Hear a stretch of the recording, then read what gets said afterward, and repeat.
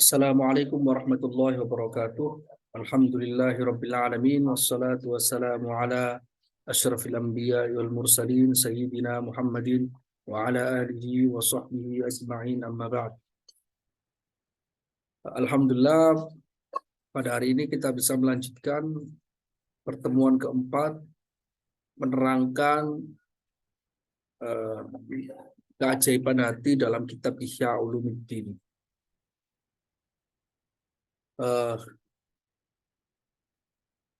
Sebelumnya kita telah menerangkan tentang tentara-tentara hati, di mana tentara-tentara hati ini ada tentara yang zahir, ada yang tentara batin, ada ghadab, ada syahwat, ada itu yang tentara batin. Tentara zahirnya ada tangan, ada kaki, dan seluruh panca indera. Kemudian pada pembahasan malam ini kita lebih memperdalam lagi, mengulik lagi apa saja yang terkandung, yang dimiliki oleh manusia terkait tentara-tentara hati ini. Dimana ketika kita bisa memahaminya, kita bisa menyiasati bagaimana kita terus untuk mencoba berbuat baik, menjalankan perintah-perintah agama, membersihkan hati dengan cara kita mengenal hati itu sendiri. Bismillahirrahmanirrahim. Qala al-Imam Hujjatul Islam Abu Hamid Muhammad ibni Muhammad Al-Ghazali At-Tusi Asy-Syafi'i rahimahullahu taala wa nafa'ana bihi wa bi'ulumihi fid dharain amin. Qal wa jumlatu junudil qalbi tahsuruha thalathatu asnafin.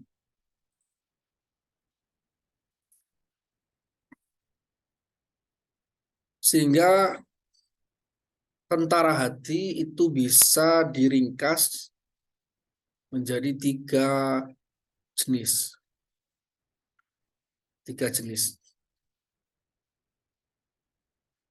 Jadi ketika sebelumnya dijelaskan oleh Imam Al-Ghazali tentang tentara-tentara hati, kemudian pada pembahasan hari ini beliau menjelaskan lebih holistik lagi tentang tentara hati ini dan kaitannya dengan apa yang perlu dilakukan, kekuatan apa hati sebagai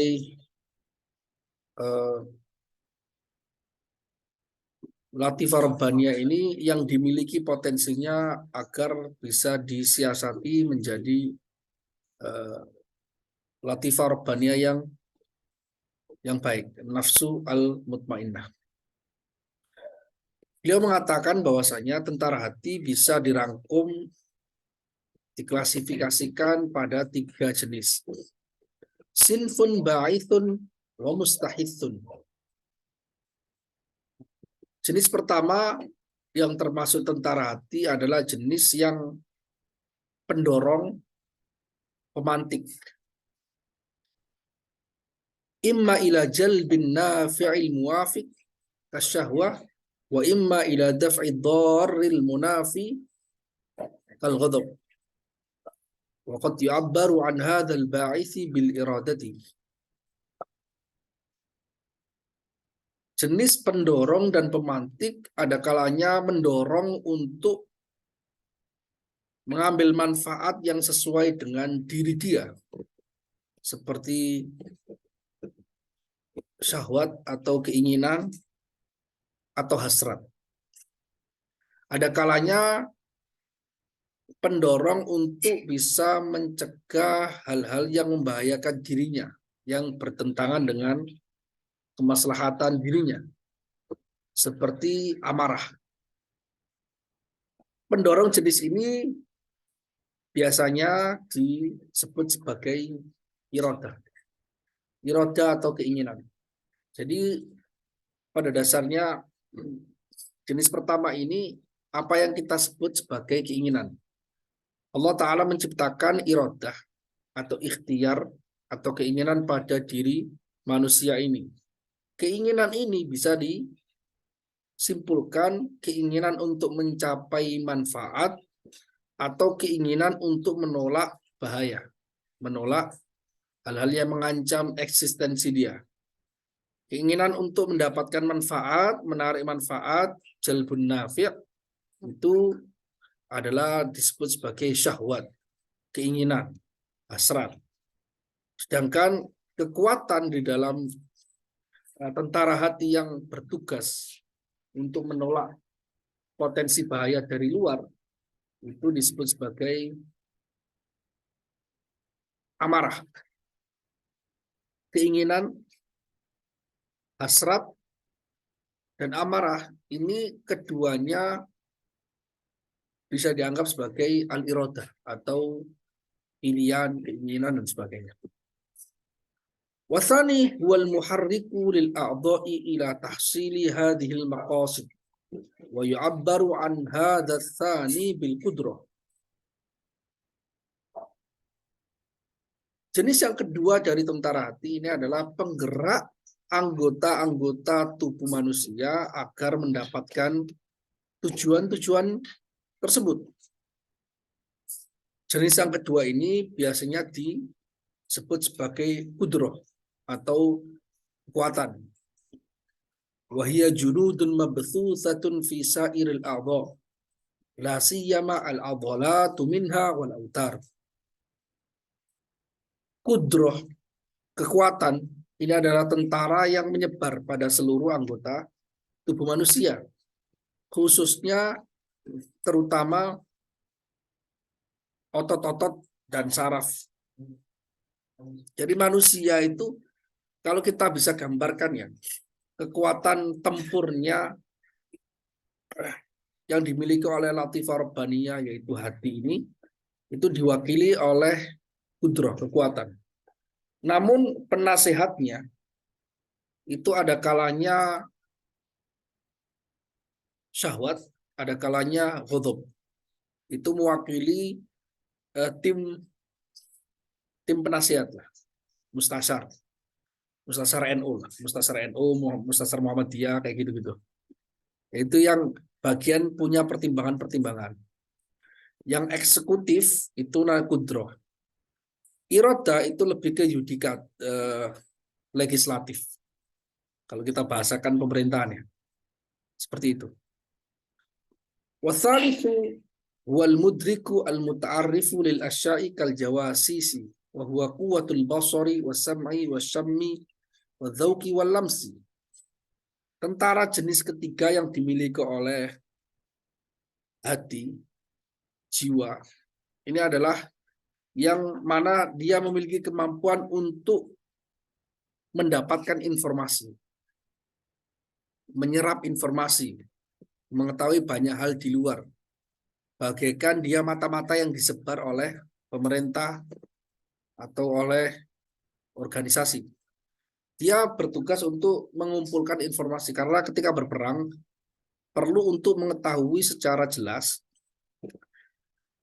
kekuatan lawan, kekuatan militer lawan, kelemahannya apa, kelebihannya apa, itu perlu dipelajari. Wahia quwwatul basari, itu diwakili dalam tubuh manusia ini, diwakili dalam kekuatan penglihatan, kekuatan pendengaran, kekuatan penciuman, kekuatan rasa, dan kekuatan peraba.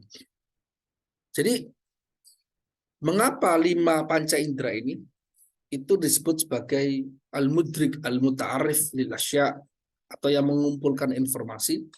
Karena kita mengetahui bahwasanya panca indera itu adalah organ-organ tubuh manusia yang Allah Subhanahu wa taala jadikan mereka sebagai alat untuk menerima informasi dari luar.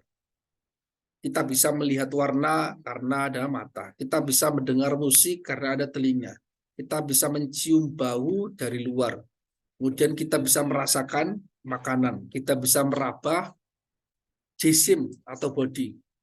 Itu semuanya diserap Jadi tanpa ada penyerap itu, maka si raja, yaitu Al-Latifah Rabbaniyah, yaitu hati, tidak memiliki informasi yang memadai untuk bisa memutuskan persoalan.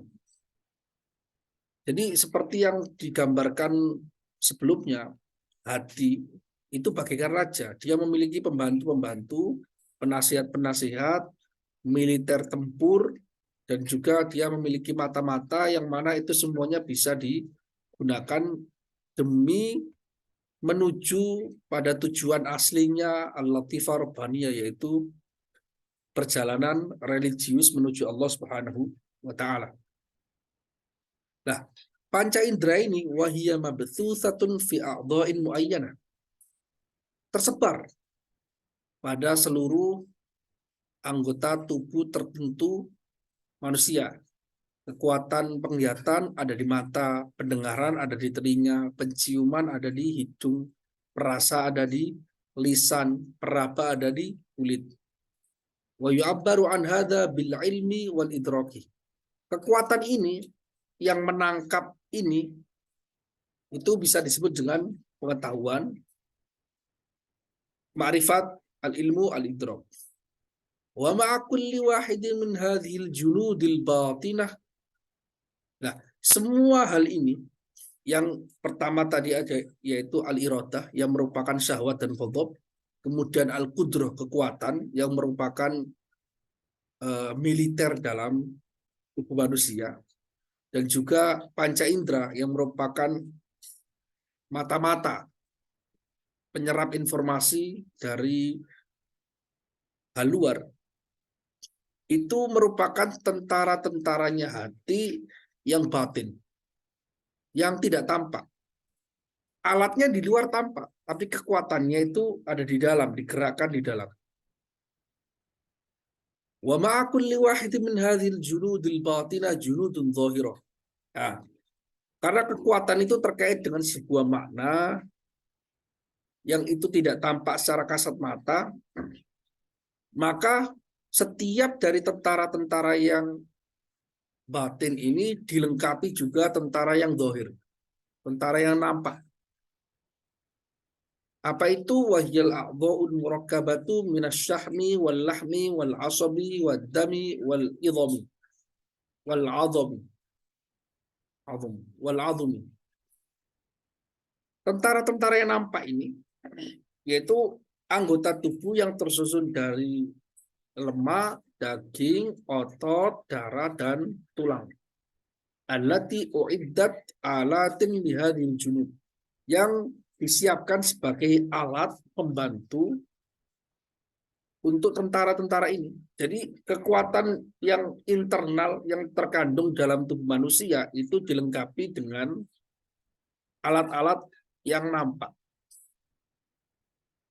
yang bisa dimanfaatkan sebagai pembantu untuk menangkap informasi, menentukan persoalan, dan sebagainya.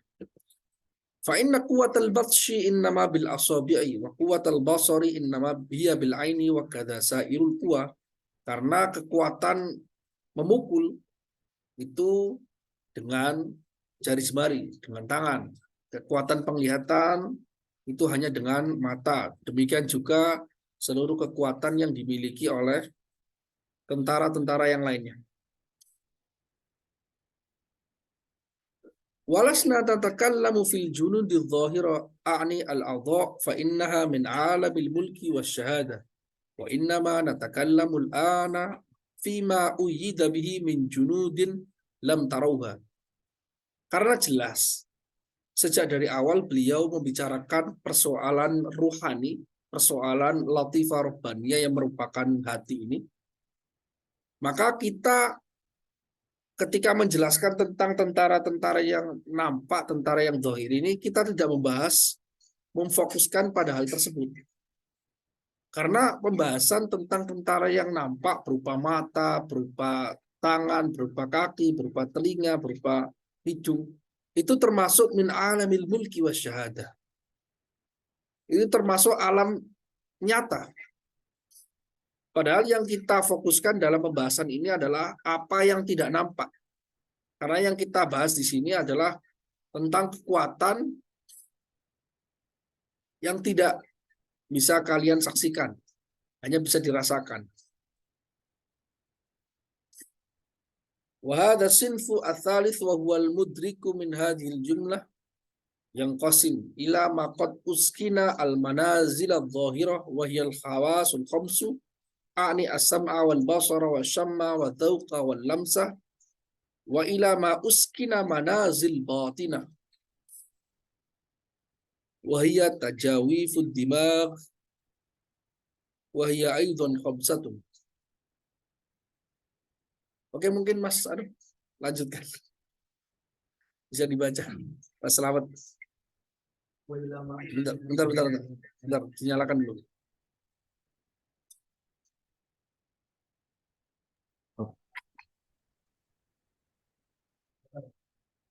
Wa ilama uskina manazila batina. Wa hiya tajawifud dimaghi wa hiya aidan khamsatun. Final insana ba'da ru'yati syai'i yugmidu ainaihi wa yudriku suratahu fi nafsihi wa huwa al-khiyalu thumma tabqa tilka suratu ma'ahu bisababi syai'in yahfazuhu wa huwa al-jundul hafidhu thumma yatafakkaru fima hafizahu fa yurakkibu ba'da dzalika ila ba'din thumma yatadhakkaru ma qad nasyahu wa ya'udu ilaihi thumma yajma'u jumlata ma'aniyal mahsusati fi khiyalihi bil hissil mushtaraki bainal mahsusati fa fil batinah hissun mushtarakun wa takhayyulun wa tafakkurun wa tadhakkurun wa hifdun walaula khalqullahi quwwatal hifzi wal fikri wal dzikri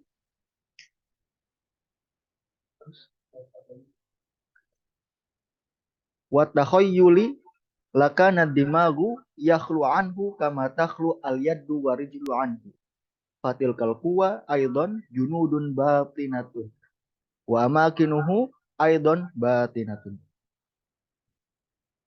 fahadhihi hiya aqsamu junudil qalbi wa syarhu dzalika bihaitsu yudrikuhu fahmud du'afai bidarbil amsilati yatulu wa maqsudu misli hadzal kitabi ayantafi'a bihi al aqwiya'u wal fuhulu minal ulama'i walakinna najtahidu fi tafhimi du'afai bidarbil amsilah liyuqarriba dzalika min afhamihim.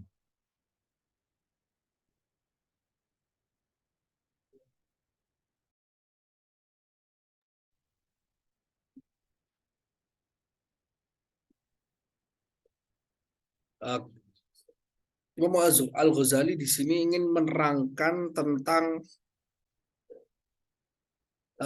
semacam proses ya, proses dari bagaimana tentara-tentara hati yang batin ini bekerja. Jadi membahas soal SOP, Standard of Operation. Jadi kalau kita gambarkan seperti perusahaan, semua pegawai, petugas itu harus menerapkan SOP yang ketat.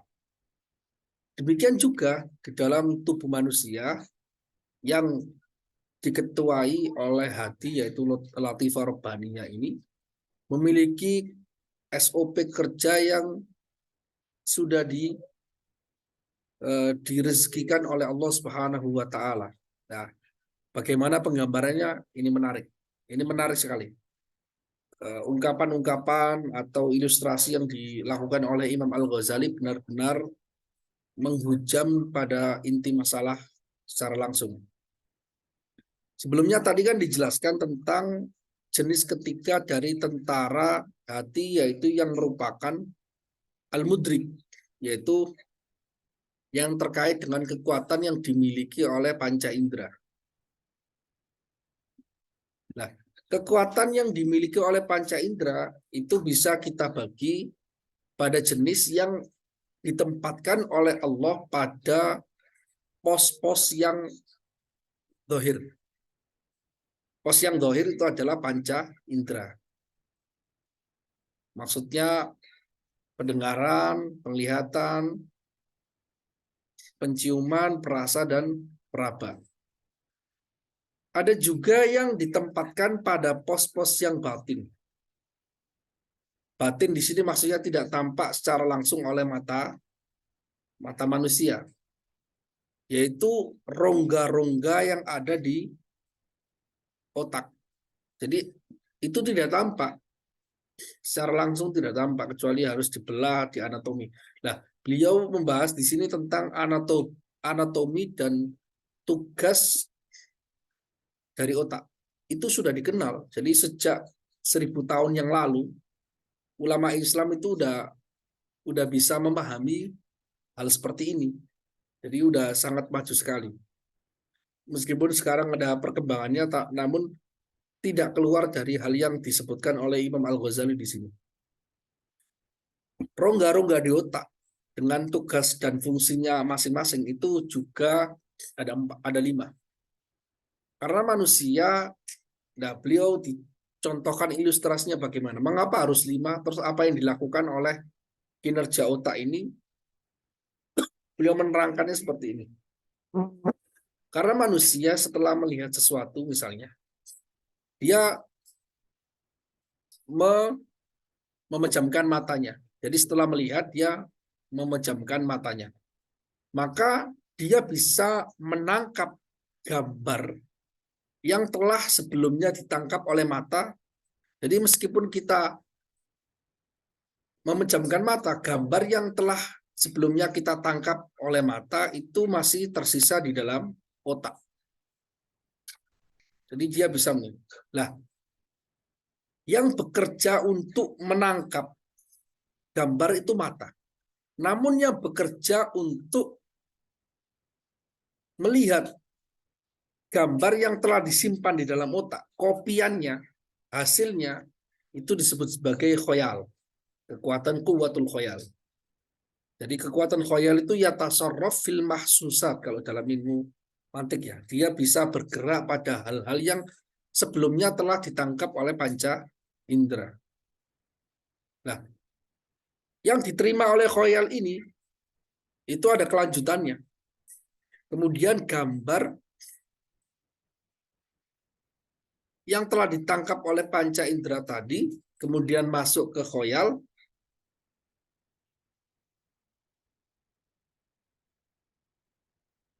itu tetap berada pada otak kita, tidak secara langsung hilang. Ketika kita pejamkan mata kita, gambar yang ada pada otak kita tidak langsung hilang. Mengapa tidak langsung hilang? Bahkan tetap ada di otak kita, karena ada sesuatu yang bisa menjaganya, sudah mengkopinya. Oleh Imam Al-Ghazali disebut wahwa al-jundul hafid, yaitu tentara yang bisa menjaga, menghafal, menjaga, menghafal seluruhnya. Jadi ketika kita melihat sesuatu, terus kita pejamkan mata misalnya, itu gambarnya ada di otak. Kemudian kita simpan di otak itu, sehingga walaupun kita bepergian kemana-mana, itu masih ingat, masih tersimpan di situ. Kemudian setelah tersimpan, apa yang dilakukan? Tsumma yatafakkar fima hafidhah. Kemudian otak juga bisa memikirkan, mengambil kesimpulan, menganalisa gambar yang telah disimpannya. Dianalisa kemudian juga disusun. Fayurakibu ba'du dzalika ila ba'd. Kemudian disusun satu gambar potongan mozaik ini dengan mozaik yang lainnya disusun-susun. Bisa. Jadi otak itu punya kekuatan untuk menyusun beberapa gambar yang telah ditangkap panca indera. Kemudian kita susun-susun. Misalnya kita melihat gunung satu tempat, kemudian kita juga melihat pohon satu tempat, kemudian kita juga melihat sungai satu tempat. Kemudian gambar-gambar itu di dalam otak kita susun-susun seperti puzzle. Itu bisa kita bongkar pasang, kita susun. Itu kekuatannya, kekuatan untuk merangkai gambar-gambar yang berserakan, merangkai dan memecahnya.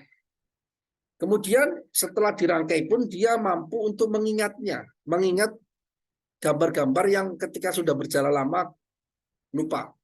Ketika udah lama karena ada gambar-gambar yang tidak tersisa. Kemudian kita mencoba untuk mengingatnya kembali, menghadirkan kopiannya kembali, itu bisa. Thumma ijma'u jumlah tama'anil mahsusat fi khayalihi bil hisil mustarak bainal mahsusat. Kemudian di dalam otak ini ada yang namanya disebut sebagai al-hissu al-mustarak. Itu adalah tempat di mana seluruh file-file yang telah ditangkap oleh panca indera dikumpulkan jadi semacam bendungan di sana, dikumpulkan di sana. Makna-makna gambar-gambar yang telah ditangkap oleh panca indera dengan khoyalnya, dalam khoyalnya tadi, itu dikumpulkan dalam kekuatan yang disebut sebagai al-hissul mustarak. Fafil batin hissun mustarak. Ya kan? Jadi tugasnya di sini ada 5. Di dalam kekuatan yang batin dalam otak ini ada yang namanya hissun mustarak. Hissun mustarak itu tempat berkumpulnya semua informasi yang tadi ditangkap, kemudian dianalisa, kemudian disusun puzzle-nya, itu semuanya diletakkan di sana. Kemudian ada kekuatan takhoyul. Takhoyul seperti yang tadi, yaitu yang menangkap gambar. Jadi memikirkan, menangkapnya pakai panca indera kemudian disimpan di khoyal. Itu kekuatan takhoyul. Kemudian kekuatan tafakur, menganalisa, memahami gambar yang telah ditangkap. Kemudian ada juga kekuatan tadzakur, kekuatan hifdun juga ada. Tadzakur itu mengingat gambar yang telah lama di copy kemudian diingat kembali ketika sudah lupa. Kemudian ada juga hifdun, yaitu yang menjaganya, mengkopinya, mengkopi dari khoyal, itu kekuatannya al-quwa al-hafidhah.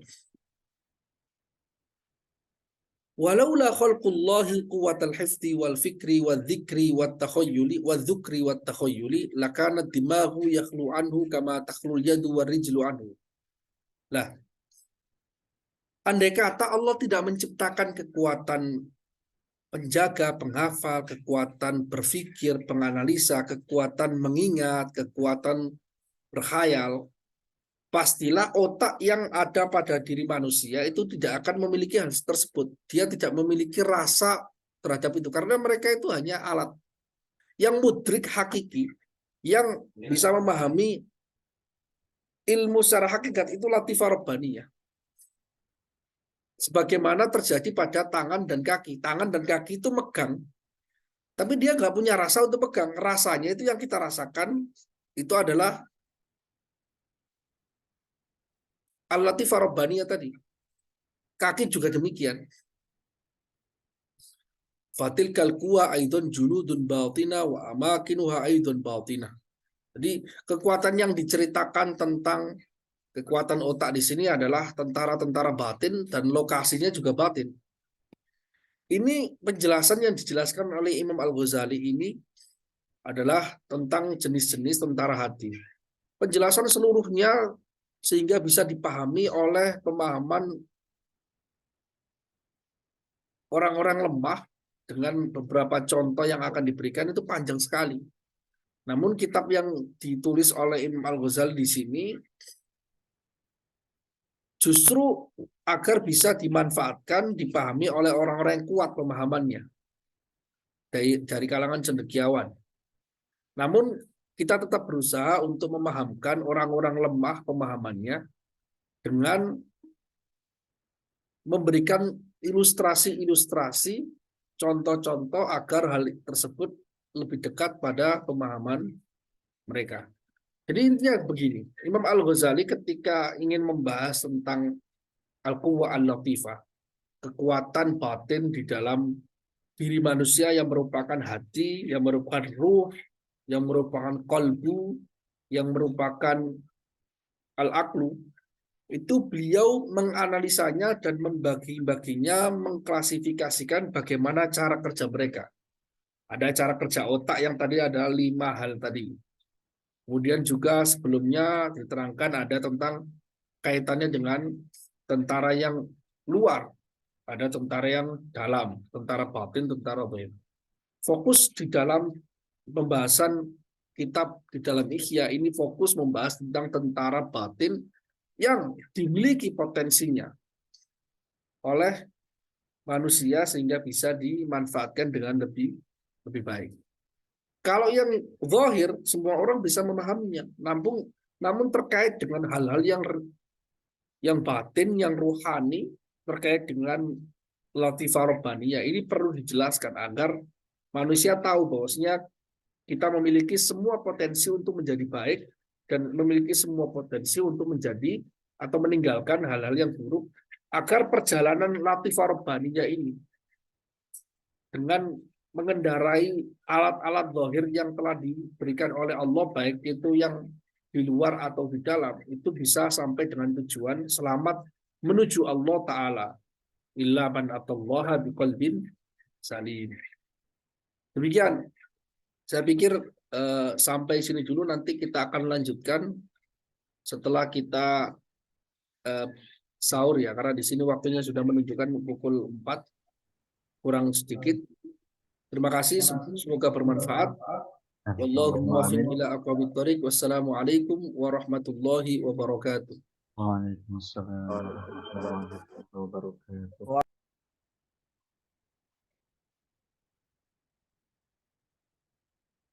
Alhamdulillah, kawan-kawan, kita bisa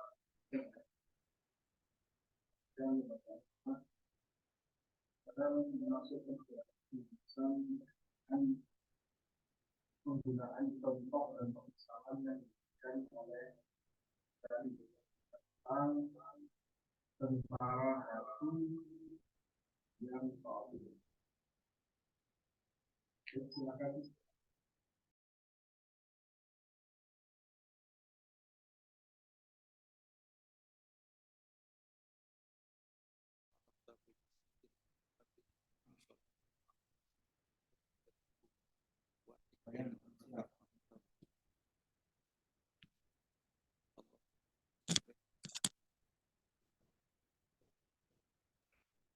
Bismillahirrahmanirrahim. Bayanu amthilatil qalbi ma'a junudihi al-batinah. I'lam anna jundayil ghadabi wa syahwati qad yanqadani lil qalbi inqiyadan tamman fayu'inu dzalika ala tariqihi alladhi yasluquh wa tahsunu murafaqatuhuma fis safari alladhi huwa bisadadihi wa qad yasta'siyani alaihi istiqa'a baghin wa tamarrudin hatta yamlikahu wa yastab'idah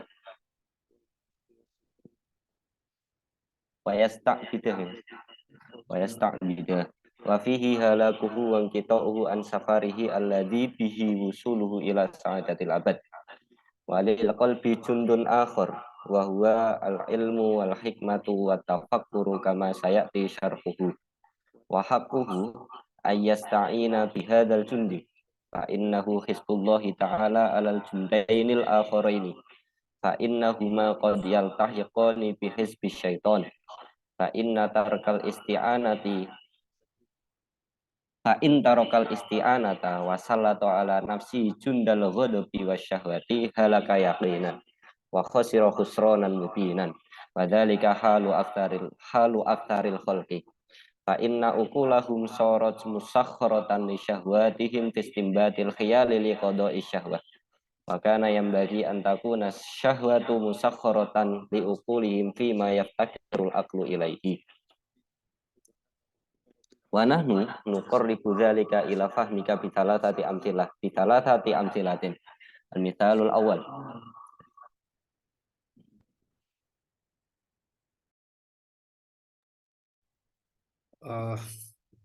Baik, tentang penjelasan beberapa contoh di mana hati dan tentara-tentaranya yang batin ini berinteraksi. Jadi Imam Al-Ghazali, karena sejak dari awal beliau mengatakan penjelasan ini akan lebih mudah dipahami oleh kebanyakan orang dengan memberikan contoh-contoh, maka beliau mengilustrasikan tentang hati dan tentara-tentara hati ini dengan banyak sekali ilustrasi yang sangat menarik, saya pikir. Jadi beliau mengatakan, ketahuilah bahwasanya tentara hati yang merupakan amarah dan hasrat itu keduanya tunduk kepada hati. Hati yang dimaksud di sini adalah al-latifah ar-rabbaniyah. Terkadang tunduk pada hati dengan ketundukan yang sempurna. Jadi ketika hati ini memegang kendali penuh terhadap dua tentaranya yang sisi ofensif sekaligus sisi soft ya. Jadi mungkin ghadab itu lebih tepatnya ke hard power, kekuatan yang kuat, kekuatan yang keras gitu. Syahwat itu lebih kepada ke soft power. Jika keduanya itu tunduk kepada hati, maka itu sangat menarik sekali. Hal tersebut jika tunduk akan membantu hati untuk menjalani misi yang ditempuh oleh hati. Dan keduanya bisa menjadi teman yang sangat baik bagi hati dalam perjalanan yang ditempuh. Jika keduanya tunduk dengan latifah rabbaniyah demikian. Terkadang keduanya susah diatasi karena mereka memberontak, baik itu amarahnya memberontak, amarahnya bergejolak, syahwatnya melonjak, syahwatnya tidak terkendali, sehingga memberontak kepada hati, bahkan sampai keduanya malah menguasai hati dan memperbudaknya, menghambakannya. Jika itu terjadi, kasus ketika hati ini dikuasai oleh amarah, dikuasai oleh hawa nafsu, maka hal tersebut merupakan kecelakaan baginya. Dan itu adalah dia terputus dari perjalanan yang akan menyampaikannya pada kebahagiaan selamanya. Jadi beliau mengatakan bahwasanya ketika hati ini dikuasai oleh amarah, dikuasai oleh hawa nafsu, keinginan, desire, itu akan menjerumuskan, akan menghentikan perjalanan hati menuju Allah Subhanahu wa Ta'ala. Kalau tunduk, maka itu justru akan membantu dia menjalankan misi dengan baik. Namun perlu diingat, selain tentara yang berupa amarah dan syahwat, desire ini, hati juga memiliki tentara yang lain. Wa huwa al-ilmu wal hikmatu wat tafakkuru kama sayati syar'uhu. Yaitu merupakan ilmu, hikmat, terus berpikir, kontemplasi yang akan dijelaskan nantinya. Hati, yaitu al-latifah rabbaniyah ini seharusnya bisa meminta bantuan dengan tentara ini. Jadi ini adalah tentara khusus yang disiapkan oleh Allah Subhanahu wa Ta'ala untuk mengatasi dua tentara yang lainnya. Karena tentara yang lainnya itu yaitu ghadab dan syahwat. Ini memiliki hal positif jika bisa digerakkan. Namun ketika tidak bisa ditundukkan, maka akan membuat dia celaka. Maka perlu pawangnya, perlu tentara lain yang bisa mengatasinya. Seperti kalau orang memiliki harimau yang dirawat di rumah atau anjing yang dipelihara, itu kan perlu dilatih.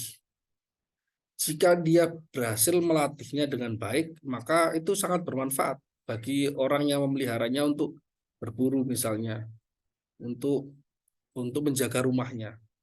Demikian juga, jadi hati ini perlu bisa mengendalikan amarah, dan keinginan, yang mana pelatihnya, yang mengendalikannya adalah tentaranya yang lain yang merupakan hikmah, ilmu, kontemplasi.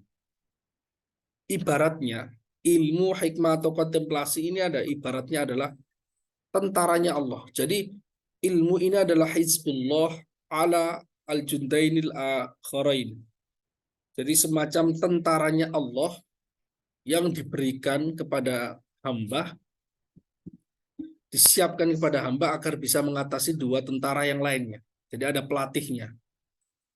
Mengapa itu dibutuhkan? Karena terkadang baik itu amarah atau hawa nafsu, keinginan, itu terkadang mereka menjadi sangat buruk sehingga mendekati tentaranya setan.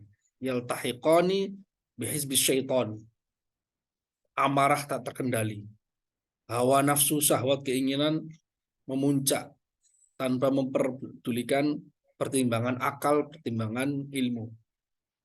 Maka jika itu terjadi, ketika hati tidak meminta pertolongan dengan pelatihnya yaitu ilmu, dan dia menguasakan, malah justru menguasakan pada dirinya tentara, membiarkan tentara amarah dan keinginan ini menguasai dirinya, maka hati ini pasti hancur, pasti rusak, dia akan sangat merugi. Itu adalah mayoritas keadaan manusia.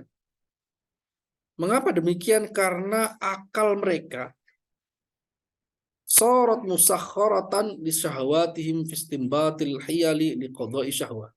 Karena akal mereka justru ditundukkan untuk memenuhi keinginan-keinginan mereka, syahwatnya, desire-nya, dengan cara dia mencari khilah untuk memenuhi syahwat. Jadi ilmunya ditundukkan oleh hawa nafsu.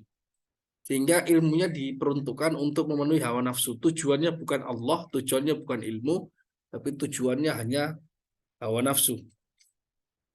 Itu bisa banyak terjadi ketika seseorang tidak mengendalikan dirinya, tidak tazkiyatun nafs dengan baik, sehingga apapun ilmu yang dipergunakan memiliki celah sehingga bisa dikuasai. Karena seharusnya hawa nafsu itu justru ditundukkan pada akal, di mana akal ini memerlukan hawa nafsu. Akal ini memerlukan syahwat untuk bisa mencapai tujuan-tujuannya. Jadi hati yang merupakan latifah rabbaniyah ini dibekali oleh Allah Subhanahu wa taala beberapa tentara. Nah, tentara atau pembantunya ini memiliki tugas dan fungsi yang masing-masing. Ketika dia bisa mengaturnya, manajenya dengan baik, dan membuat hubungan antar mereka menjadi harmoni dengan cara amarah ini ditundukkan, tidak dihilangkan, karena nanti akan dibutuhkan, tidak dibiarkan liar, demikian juga syahwatnya, keinginannya tidak dihilangkan, namun dia dibuat menjadi moderat, menjadi tunduk kepada pertimbangan akal yang merupakan tentaranya yang lain, maka dia akan bisa membantu banyak hal perjalanan hati menuju Allah Subhanahu wa taala.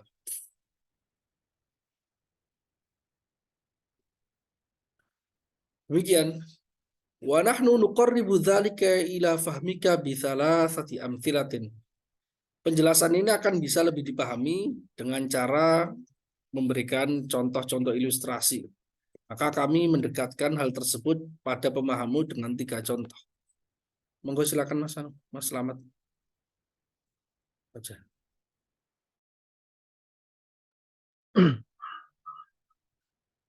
Al-misalul awal annakula mathalu nafsil insani fi badanihi a'ni bin nafsi al-latifatal al-madhkurata kamathali malikin fi madinatihi wa mamlakatihi fa innal badana mamlakatun nafsi wa alamuha wa mustaqarruha wa madinatuha wa jawarihuhu wa quwwahu bimanzilati sonai wal amalati wal quwwatul aqliyatu al mufakkiratu lahu kal musyiri an nasihi wal waziril aqil wa syahwatu lahu kal abdi su'i yajlibu ta'ama wal mirata ilal madinati wal ghadabu wal hamiyatu lahu ka sahibi syurtah wal abdu al jalibu lil mirati kadzabun makkarun khadda'un khabithun yatamassalu bi suratin nasihi wa tahta nasihi wa tahta nushihi asyarru al hailu wasamul qatilu wadidu wadi wadaidanuhu wa'adatuhu munazi'atul waziri an-nasihi fi araihi wa tadbiratihi hatta innahu la yakhlu min munaza'atihi wa mu'aradatihi sa'atan fakama anna al-waliya fi mamlakatihi idza kana mustaghniyan fi tadbiratihi biwazirihi wa mustasyiran lahu wa mu'ridan an isyarati hadzal 'abdi al-khabithi mustadallan bi isyaratihi fi anna shawaba fi naqidi ra'yihi wa addaba sahiba syurtatihi wa aslamahu li wazirihi wa ja'alahu mu'tamiran lahu wa musallitan min jihatihi ala hadzal 'abdil khabithi wa atba'ihi wa ansarihi hatta yakuna al-abdu masusan la sa'isan wa ma'muran mudabbaron la amiron mudabbiron istaqama amru baladihi wa antazama al-'adlu bisababihi fakadzalika nafsu mata ista'anat bil aqli wa adabat fil hamiyata al-ghadabiyah wa salatatha ala syahwah wasta'anat bi ihdahuma ala al-ukhra tarotan bi an tuqallila murad martabatal ghadabi wa ghalawaihi bi mukhalafati syahwati wastidrajiha wa tarotan bi kumi syahwati wa qahriha bi taslitil ghadabi wal hamiyati alaiha wa takbihi muqtadiyatiha i'tadallat wa hasanat akhlaquh waman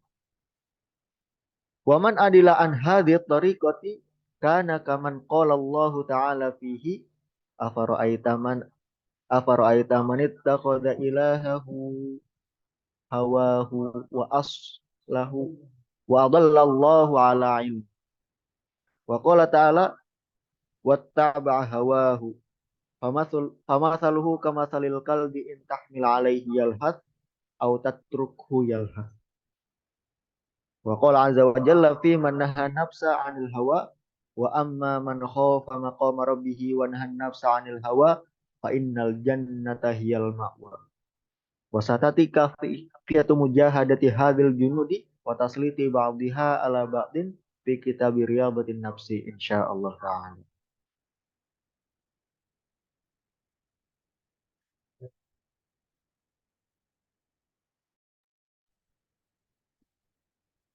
Ini menarik ya. Contoh pertama yang diberikan oleh Imam Al-Ghazali tentang relasi hubungan antara kekuatan amarah, kekuatan syahwat dengan ilmu itu dihubungkan atau dinarasikan di sini bagaikan seorang pemimpin Madinah, pemimpin kota atau raja yang di sana dia memiliki bawahan. Ada menterinya, kemudian ada polisinya, kemudian juga ada pembantu atau hambanya. Maka bagaimana dia bisa mengatur negara dan kotanya ini dengan baik, maka perlu siasat untuk meminimalisir bagaimana mengurangi kekacauan di dalam kota. Contoh pertama ilustrasinya demikian. Kita baca an-naqula mathalu nafsil insani fi badanihi a'ni bin nafsi al-latifatal madhkura kamathali malikin fi madinatihi wa mulakatihi. Permisalan jiwa manusia dalam badannya, pada badannya, maksudnya di sini adalah al-latifah ar-rabbaniyah yang dijelaskan sebelumnya bahwasanya itu juga kadang disebut hati, kadang disebut jiwa, kadang disebut ruh. Itu ruhnya, jiwanya ini bagaikan seorang raja di kota dan kerajaannya. Karena sebenarnya badan ini bagaikan kerajaan jiwa, bagaikan alamnya, bagaikan tempat dan kotanya, di mana anggota tubuhnya dan kekuatannya itu bagaikan para pekerja. Kekuatan berpikirnya bagi hati ini atau roh ini atau jiwa ini bagaikan penasehat yang baik, seorang menteri yang berakal, yang cerdas. Syahwat, keinginan, desire bagi jiwa ini bagaikan hamba yang buruk. Dia membawa makanan ke kota. Sedangkan amarah dan fanatisme bagi akal ini, bagi jiwa ini seperti polisi. Ilustrasinya hamba ini, hamba yang selalu membawa makanan ini, dia penipu ulung, pembohong dan penipu. Dia suka berbuat menipu daya, berbuat tipu daya dan buruk. Dia sering sekali berpura-pura seperti penasehat. Padahal di dalam nasihatnya, di dalamnya, di bawahnya, mengandung keburukan yang sangat fatal dan racun yang begitu mematikan. Kebiasaan hamba ini, yang merupakan syahwat ini, kebiasaannya selalu menentang instruksi menteri dalam pendapat dan dalam siasat mengatur negaranya. Hingga dia tak pernah sepi sedetik pun dari menentangnya. Sebagaimana pemimpin di negara, yaitu di sini adalah al-latifah ar-rabbaniyah, merupakan jiwanya. Jika dia merasa cukup dalam mengaturnya, mengatur negara dengan wazirnya atau menterinya, yang ini merupakan akal, dan dia juga selalu mempertimbangkannya, mempertimbangkan nasihatnya, dan dia tidak menghiraukan atau berpaling dari petunjuk palsu ya, petunjuk palsu budak yang sangat buruk ini, yaitu syahwat. Mustadillan bi isyaratihi fi anna shawaba fi naqidi ra'yihi. Bahkan justru dia bisa mengambil kesimpulan ketika hamba budak ini memberikan nasihat, maka dia mengambil kesimpulan, jiwa ini bisa mengambil kesimpulan bahwasanya kebenaran justru berada pada lawan dari pendapatnya. Jika demikian, dan juga kemudian dia mendidik polisinya, yaitu kekuatan amarah dia, dan dia menyerahkannya pada menterinya, dia ditundukkan pada menteri, yaitu kepada akal. Lantas dia menjadikannya tunduk pada akal dan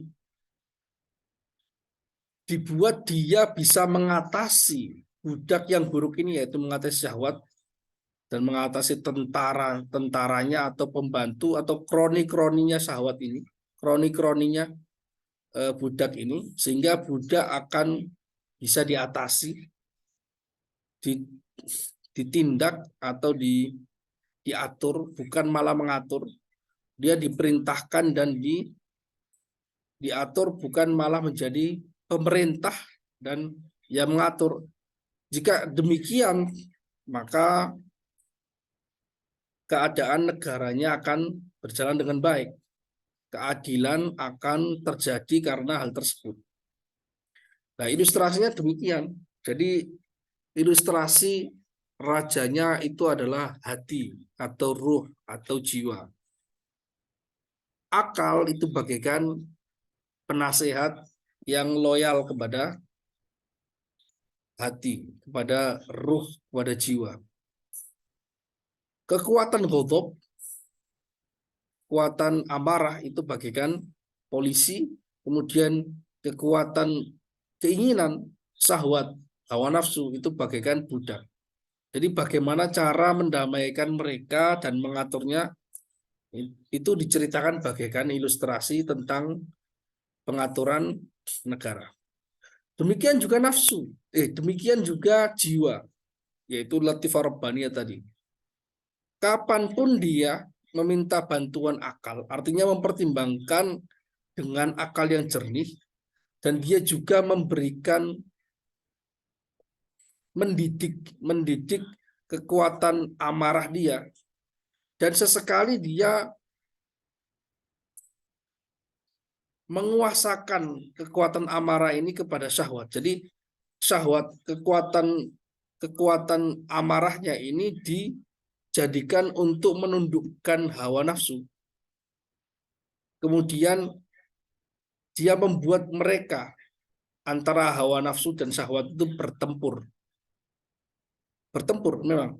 Jadi beliau mengatakan bahwasanya jundul ghadab dan jundul syahwat itu perlu disiasati agar tidak saling atau tidak maksimal di dalam kekuatan amarahnya dan tidak maksimal dalam kekuatan syahwatnya. Ketika hawa nafsunya bergejolak, keinginannya bergejolak, maka perlu untuk mensiasati agar amarah dia ini bisa menentang hawa nafsu. Demikian juga sebaliknya, ketika amarahnya itu sedang tinggi-tingginya, maka syahwatnya, keinginannya, desire-nya perlu untuk dikuasakan kepada amarah ini agar dia semakin turun. Jadi dibuat siasat bagaimana mereka bertempur sehingga menjadikan keduanya sama-sama tidak berada pada puncaknya, tapi tidak bisa dimatikan. Nah, beliau demikian. Terkadang dia mengecilkan atau menurunkan level amarah dan luapan emosinya dengan cara memperlawankannya dengan syahwat dan merayunya. Terkadang dia butuh untuk mengekang syahwat. Dengan cara apa? Dengan cara menguasakan amarah, kekuatan ghadabnya pada syahwat. Dan juga memburukkan keputusan-keputusan syahwat. Maka jika itu terjadi, maka kekuatan keduanya akan menjadi mu'tadil, menjadi moderat, menjadi terkontrol, sehingga akhlaknya keduanya ini bisa baik. Jadi gambarannya seperti ini. Jadi kekuatan amarah ini adalah kekuatan di mana dia memiliki potensi untuk menggerakkan manusia dengan power dan kekuatan. Ketika seseorang itu sedang ingin berjuang keras, memperbaiki hidupnya misalnya, dia itu harus marah pada nasib dia, sehingga dia bekerja keras. Ya. Tapi kalau terlalu tinggi, sehingga obsesinya terlalu tinggi, yang dikerahkan adalah kekuatan marahnya dia, sehingga bekerja keras dan sebagainya, maka perlu juga sesekali untuk dikuasakan, diturunkan level kemarahan dia dengan cara dia dikuasakan syahwat, keinginannya. Jadi sebagaimana kekuatan marah itu seperti hard power, syahwat ini adalah soft power. Ketika terlalu full hard powernya, maka perlu diplomasi. Kayak gambarannya seperti militer lah. Kalau ghadab itu adalah militer, kemudian syahwat itu semacam diplomasi. Jadi ketika terlalu powerful kekuatan amarahnya, ini tidak baik, akan menimbulkan meletusnya peperangan yang tidak diinginkan. Maka perlu untuk mengerahkan diplomasi. Diplomasinya dengan cara banyak hal. Nah, kalau terlalu syahwatnya terlalu kemudian dia terlalu hawa nafsu, terlalu syahwat, terlalu desire, maka sesekali perlu untuk dikuasakan amarah, militernya dikerahkan. Wa man adala an hadhihi thariqah. Jadi beliau sedang menerangkan tentang bagaimana merekayasa kekuatan yang bisa membahayakan diri mereka dengan cara ketika tidak dikontrol. Jadi kekuatan amarah, kekuatan hasrat, ini ketika tidak dikontrol, itu akan membahayakan bagi jiwa. Maka perlu untuk bagaimana caranya yang membuat mereka bertarung itu adalah akal, adalah ilmu. Sehingga mereka dibuat bertarung antar mereka, kekuatan ghadab dan kekuatan syahwat itu dibuat bertarung sehingga keduanya bisa sama-sama kalah, sama-sama melemah kekuatannya.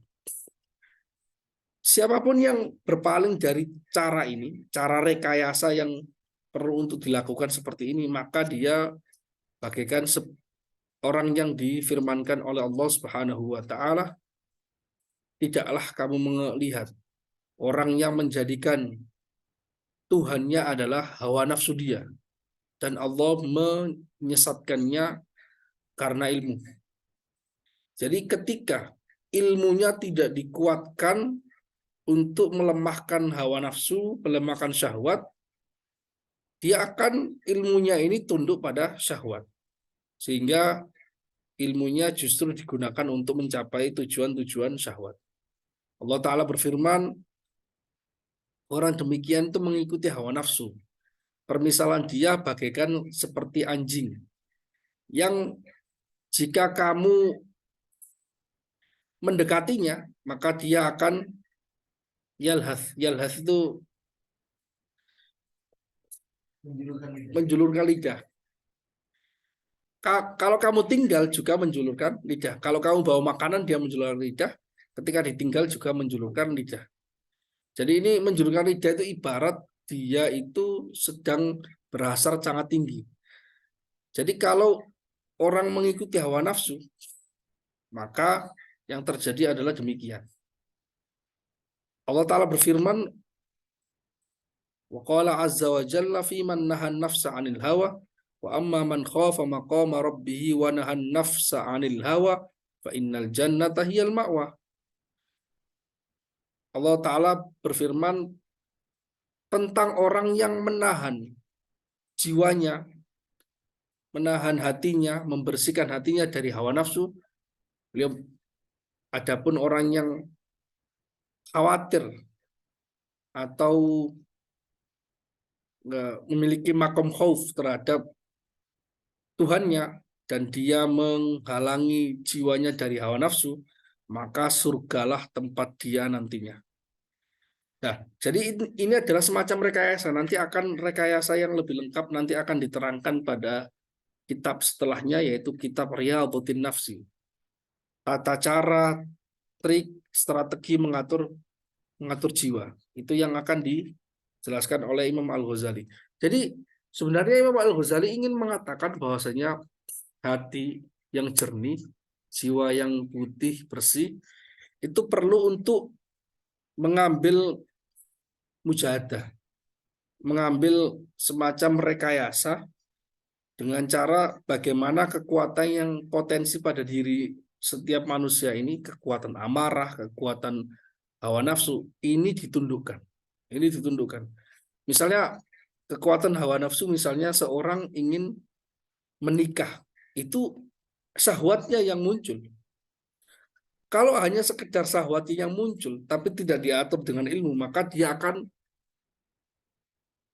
mengeluarkan syahwatnya itu tidak pada tempatnya. Tidak pada tempatnya. Kalau dia kekuatan amarahnya yang muncul semakin tinggi tanpa ada dikendalikan, maka yang terjadi adalah dia berbuat kerusakan di muka bumi. Jadi itu yang terjadi. Jadi sebenarnya karena itu para ulama sufi itu sering bilang bahwasanya kunci untuk mendekatkan diri pada Allah Subhanahu wa taala itu sebenarnya bagaimana kita mengetahui jiwa kita, mengetahui diri kita. Ketika kita bisa mengenal diri kita dan kita mengenal bagaimana diri kita itu bisa mengatasi hawa nafsu kita, cara mengatasi amarah kita, yang tahu hanya diri kita sendiri. Trik mengatasi hawa nafsu, trik mengatasi amarah ini setiap orang berbeda.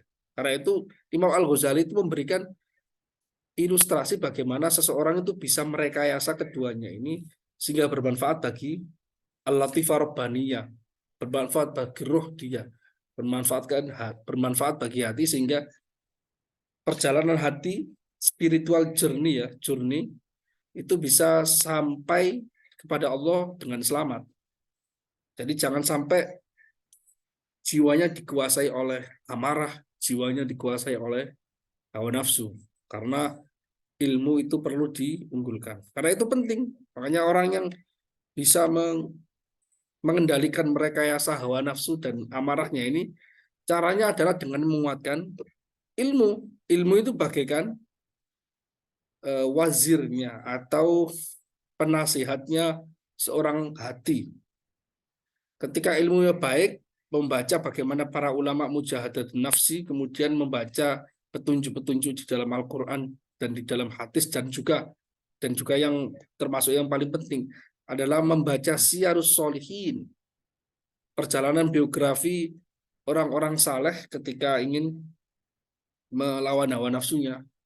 Itu penting. Itu banyak diceritakan di kitab Riyadhutin Nafsi, itu nanti akan diceritakan oleh beliau bagaimana banyak sekali asar-asar yang dilakukan oleh para ulama. Saya ingat satu contoh, dan itu ada di kitabnya Imam Al-Ghazali ini juga di dalam Babul Muhlikat, kan, tentang muhlikat, sifat-sifat yang menghancurkan jiwa. Ada seorang ulama zaman dulu dia karena sudah mengenal jiwa dia, artinya mengenal bahwasanya jiwa dia itu memiliki penyakit, memiliki kelebihan, juga memiliki penyakit. Penyakitnya adalah dia kalau dipuji oleh orang itu senang. Padahal salah satu penyakit hati adalah ketika dipuji itu senang. Dia berubah, terpengaruh dengan pujian. Maka bagaimana cara dia untuk mengatasi hatinya agar tidak terpengaruh dengan pujian, sehingga dipuji atau dicela itu sama bagi dia, sehingga tetap ikhlas menjalankan ibadah kepada Allah Subhanahu wa taala. Merekayasa. Jadi ada ulama salaf merekayasa. Dia sengaja setiap sorenya itu membayar seorang laki-laki di sana. Saya akan bayar kamu untuk menjalankan misi. Misinya apa? Tiap sore ketika dia lewat di tengah pasar pada banyak orang, dia minta orang ini yang dibayar agar mencela dia di hadapan banyak orang. Tiap sore. Supaya hatinya tidak terpengaruh terhadap pujian. Awalnya dia berharap manusia selalu memuji dia. Ketika mencoba ditarungkan, dihadapkan dengan dicela, dia belum pernah merasakan dicela karena orang baik, kan. Maka dia ingin merasakan dicela itu dengan cara dia membayar seseorang untuk mencela dia di depan manusia. Itu yang dilakukan. Jadi cara itu bisa beda-beda ya. Bisa beda-beda caranya. Ada yang misalnya terkenal, ada zaman dulu itu wali malamatiyah. Itu kan dia ciri malamatiyah itu menghancurkan tampilan zahir agar tampilan batin dia, hati dia terlindungi. Jadi tampilan zahirnya dia itu kadang di tempat sampah, sehingga dia kalau ibadah jangan sampai ketahuan. Ibadahnya ketika sholat tahajud itu sampai manjat ke genteng agar tidak diketahui oleh orang. yang terkenal itu Habib siapa yang dulu itu yang sehingga diberi juluk As-Saqqaf. Itu kan konon beliau itu sering sekali sembunyi ibadah bahkan dari keluarganya, sehingga dia sholatnya itu di atas genteng agar istrinya pun nggak tahu. Istrinya taunya ini suaminya ini suka tidur gitu, suka tidur. Tapi ternyata dia sholat di genteng. Ya belum tentu bisa kita laksanakan ya. Kalau kita sholat di genteng bisa dituduh pencuri kan. Zaman sekarang itu rawan kan. Atau pas sujud tiba-tiba dia gelundung kan. Gitu. Jadi itu ungkapan atau ekspresi para ulama salaf ketika bagaimana menyiasati hatinya. Intinya itu bagaimana menundukkan hawa nafsu, menundukkan amarah dan hawa nafsu agar tunduk pada akal. Karena kan hatinya seseorang itu memiliki penyakit. Bagaimana kita meminimalisir penyakit ini sehingga dengan berbagai rekayasa. Demikian. Mungkin selanjutnya ya, mungkin Mas. Boleh masuk, Mas. Oke, silakan. Yang terkait tadi sebelumnya disinggung sama Imam Ghazali juga, wastanat bihidahuma alal ukhra, beredaksinya itu. Jadi kita itu disuruh untuk meminta pertolongan antara kalau lagi syahwatnya muncak, berarti kita minta pertolongannya ke godop. Tapi ketika godopnya muncak, kita meminta pertolongan pada syahwat. Lah, padahal yang kita pahami dari syahwat sama godop itu keduanya itu kan ketika berlebihan semuanya memang dapat memberikan dampak buruk ya. Tapi kenapa kok dua-duanya itu nggak sekaligus ditundukkan? Kenapa kok kita itu meminta pertolongannya kepada salah satunya, bukan ke jundun akhor yang sebelumnya berupa ilmu, hikmah dan juga yang lainnya? Kenapa kok demikian? Apakah untuk menundukkan keduanya itu sangat sulit sehingga kita harus meminta salah satunya, atau bagaimana gitu? Padahal sebelumnya Imam Ghazali juga udah membahas ada judul akhor yang berupa ilmu sama hikmah dan juga yang lainnya. Iya.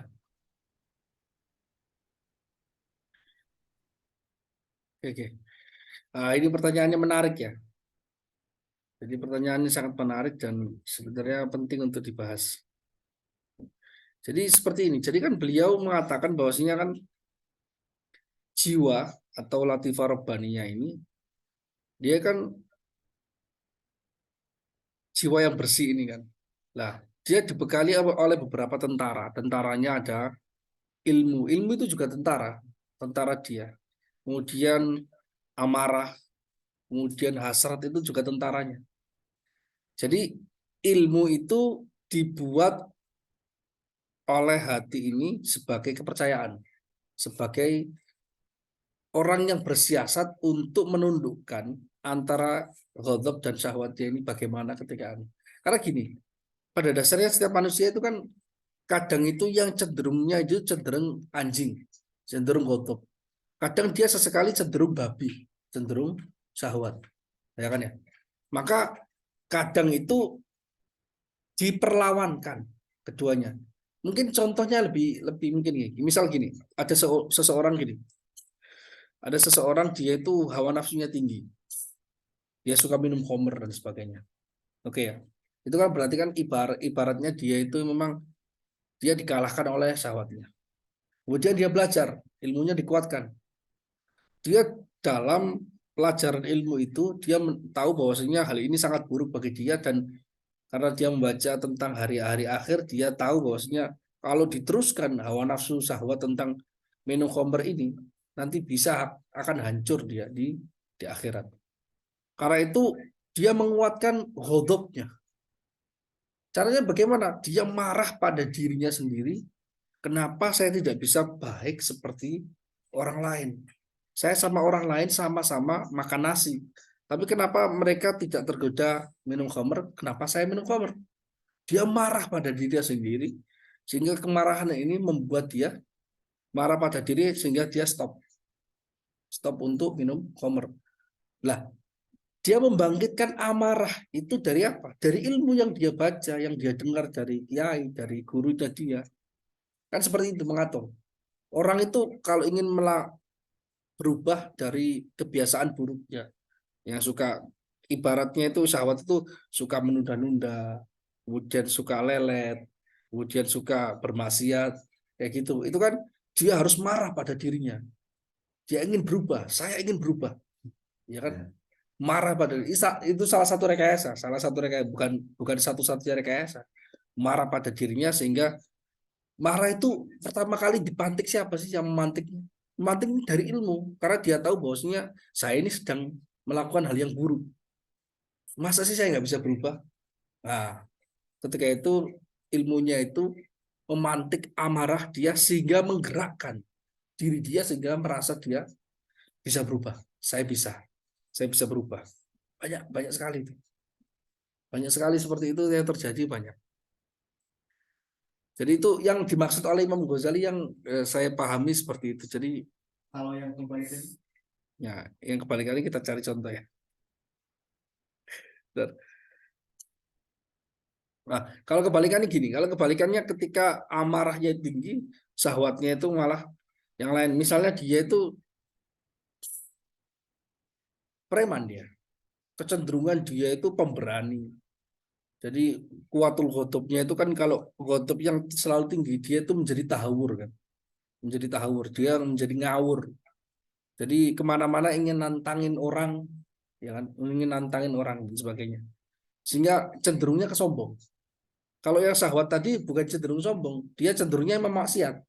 Kalau ini kuatul ghadab cenderungnya ke sombong. Dia kemana-mana petentang-petenteng merasa dia paling jagoan di kampungnya. Nah, kemudian dia belajar bahwasanya orang sombong ini tidak akan masuk surga. Kan dia belajar ilmu gitu. Wah, kalau saya itu sombong, saya itu merasa paling hebat, bagaimana nasib saya nanti surga gitu. Ilmu itu yang memberikan informasi seperti itu kepada jiwa itu ilmu. Nah, ilmu ini, nah bagaimana saya supaya turun sombong saya ini? Ya dia mulai mensiasati hawa nafsunya. Hawa nafsunya gimana?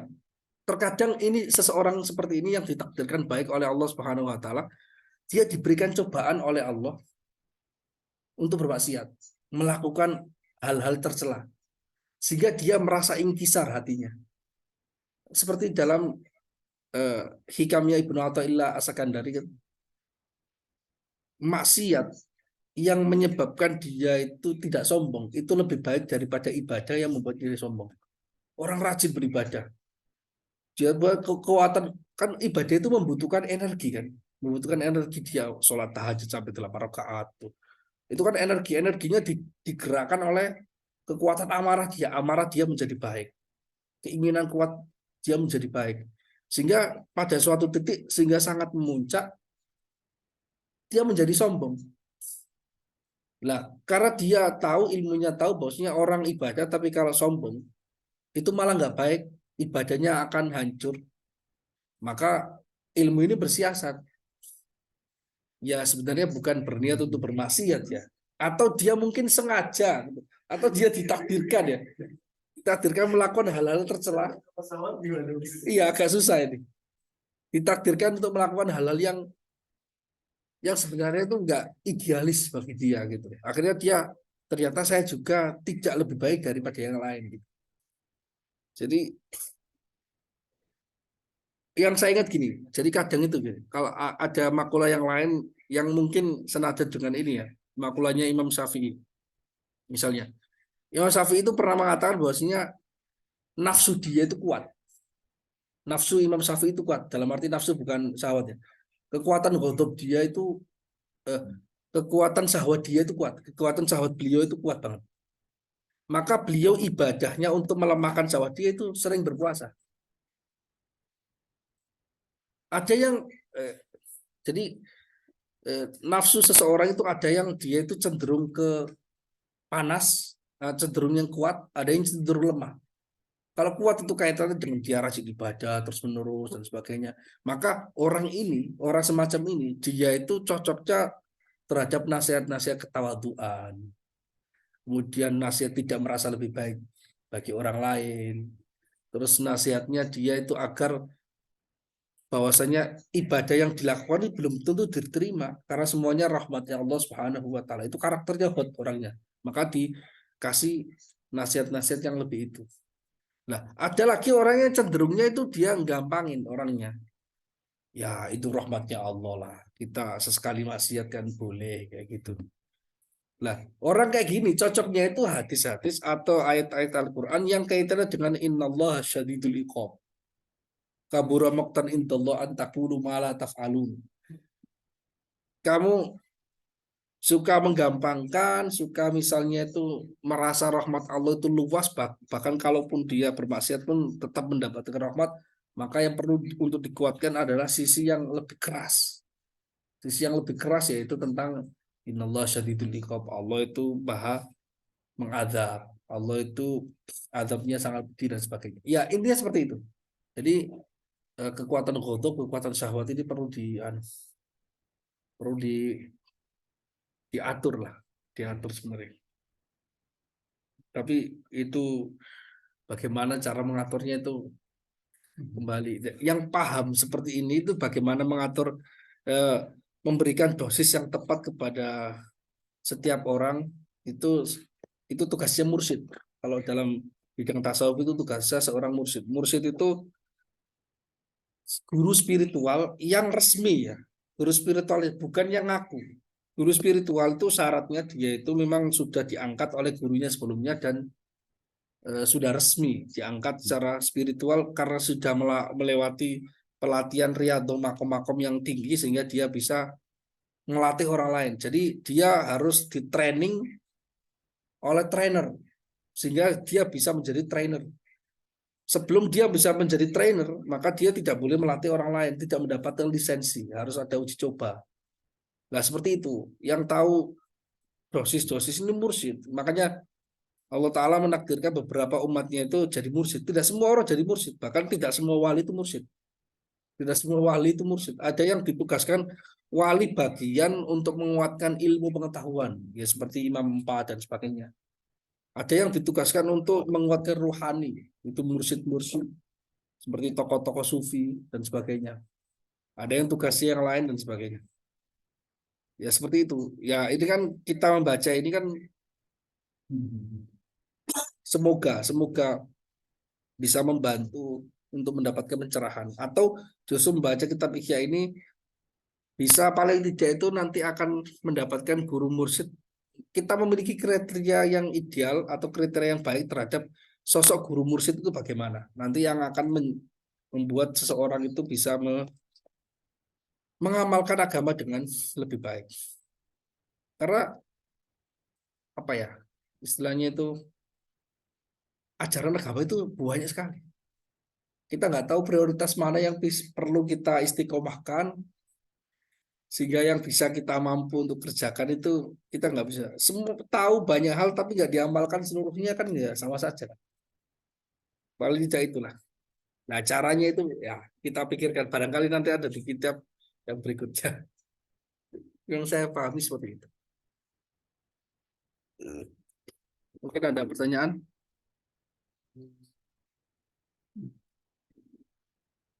Mau baca lagi lah? Nih. Contoh yang kedua lah. Sampai contoh ketiga. Dikit kok. Oke lanjutkan Mas Yusril ya.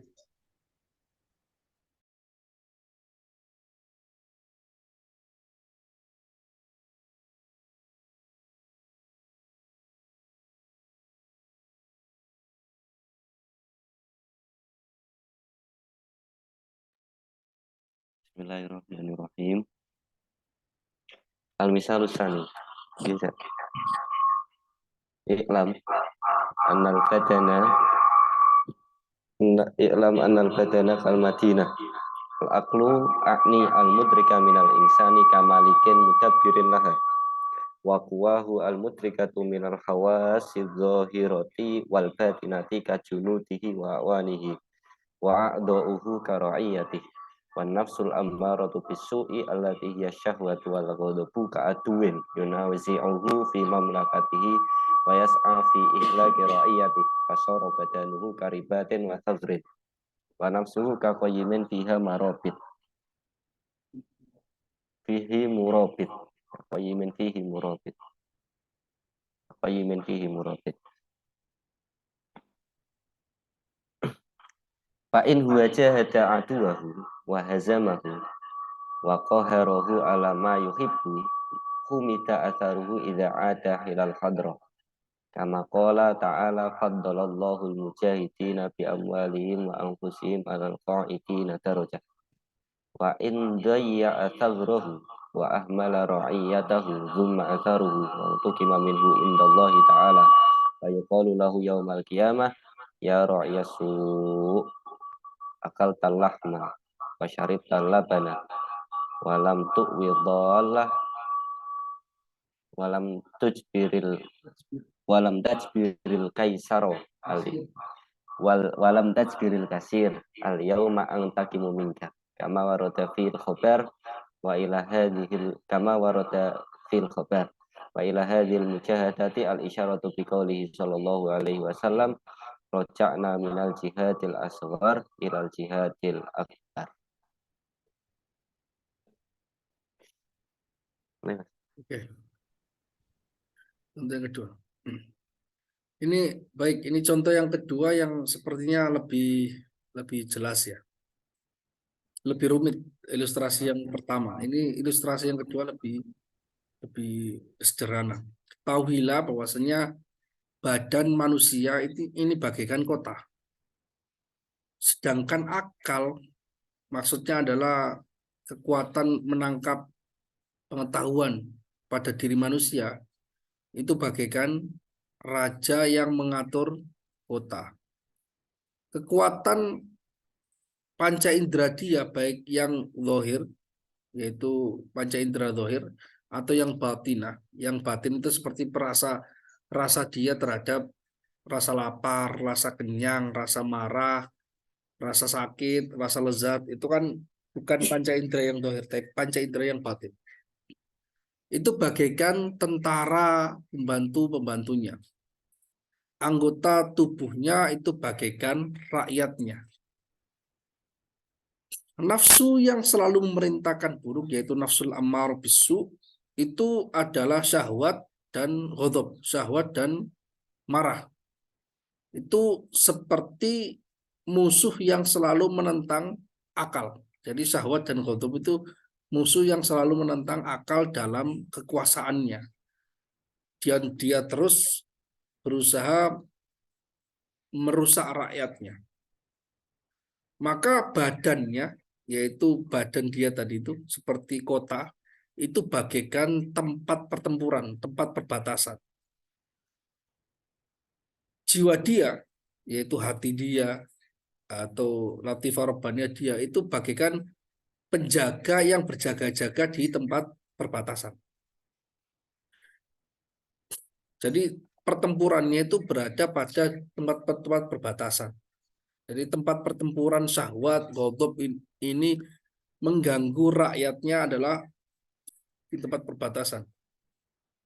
Biasanya ditempatkan para mujahid di tempat perbatasan, sebagaimana yang terjadi zaman dulu dan sebenarnya sampai sekarang juga. Selalu ada pos-pos militer di tempat perbatasan antar negara, seperti itu. Jika dia bisa melawan musuhnya, yaitu syahwat dan ghadab. Berarti ini contohnya ketika dia dilawan berbarengan.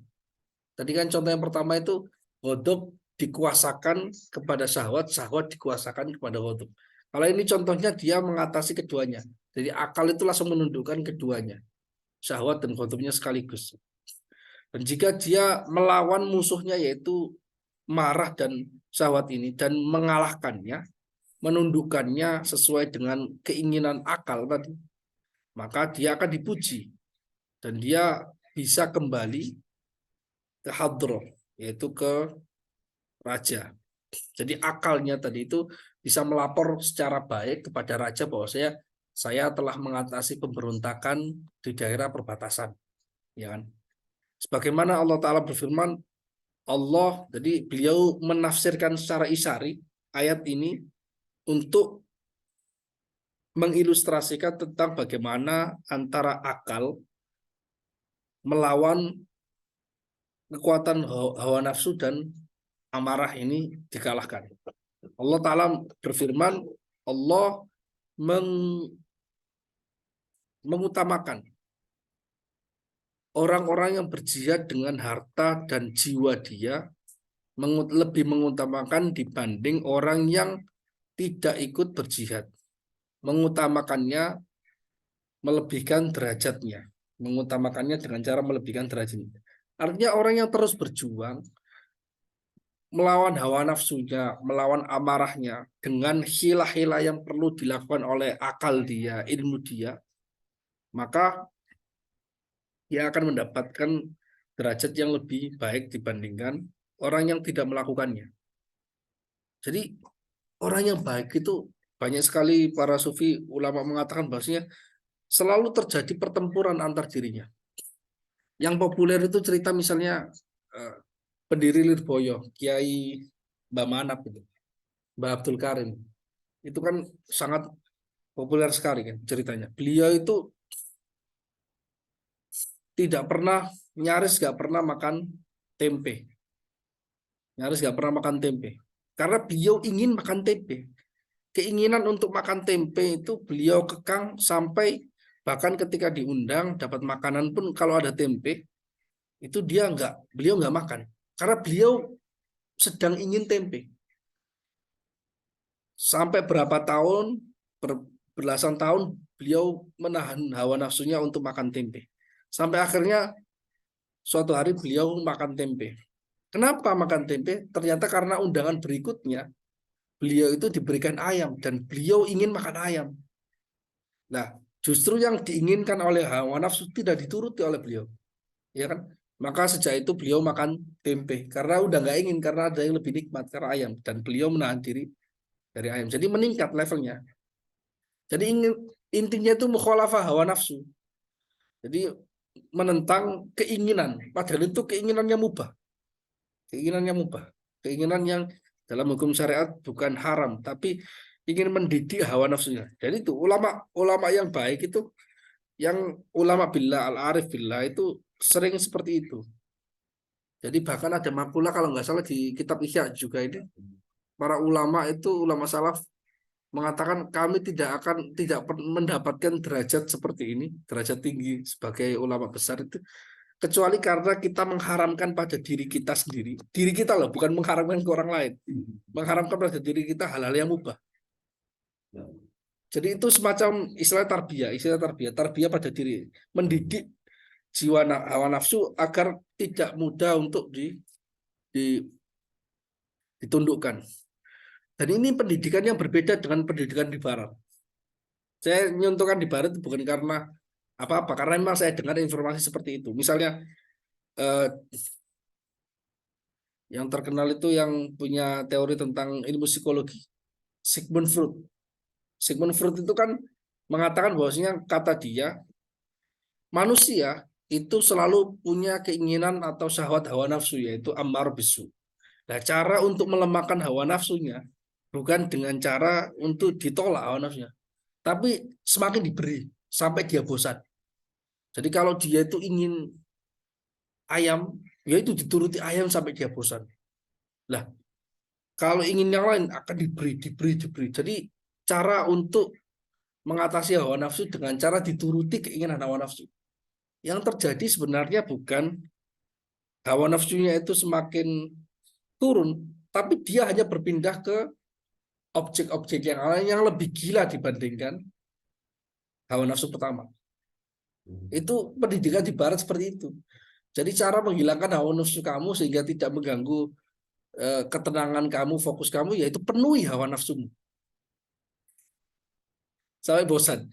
Nah, kalau di Islam kan beda. Kita ada anjuran-anjurannya, batas-batasnya hawa nafsu yang perlu ditolak sama sekali, tidak disalurkan, ada yang disalurkan. Maksudnya itu adalah hal-hal yang mubah. Ingin makan soto, ingin makan ayam, ingin makan hal semuanya.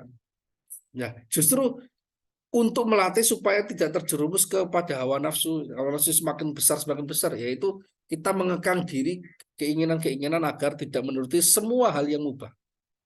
Nah ini berat sih, Mam. Ngomongnya gampang, tapi melakukannya ini berat. Makanya susah sebenarnya. Ngomong kayak gini itu susah. Karena ayat kabur maktan indallah ataqulu ma la taf'alun itu berat, ini berat. Makanya doanya itu kan orang-orang yang baik, doanya supaya dikuatkan untuk melawan hawa nafsu, diberikan taufik. Kita kan selalu minta taufik. Taufik itu apa? Khalqu qudrati ta'ah. Jadi Allah mentakdirkan seseorang mampu untuk taat kepada Allah dengan cara dia rajin beribadah atau meninggalkan maksiat. Nah, kalau kita nggak dapat taufik, nggak akan kuat. Jadi doa yang baik itu ya kita minta taufik supaya dikuat. Karena kan kekuatan kita kan semuanya dari Allah sebenarnya kan. Kita nggak kuat sebenarnya melawan hawa nafsu itu. Yang menguatkan kita Allah. Makanya itu dijelaskan oleh, nah itu nanti di kitab berikutnya itu ada kitab syukur, kitab itu, tapi mungkin nggak akan dibaca di forum ini.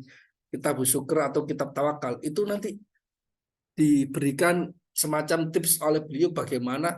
Nah kalau kekuatan kita aja semuanya dari Allah, kemudian Allah itu yang memampukan kita untuk meninggalkan maksiat.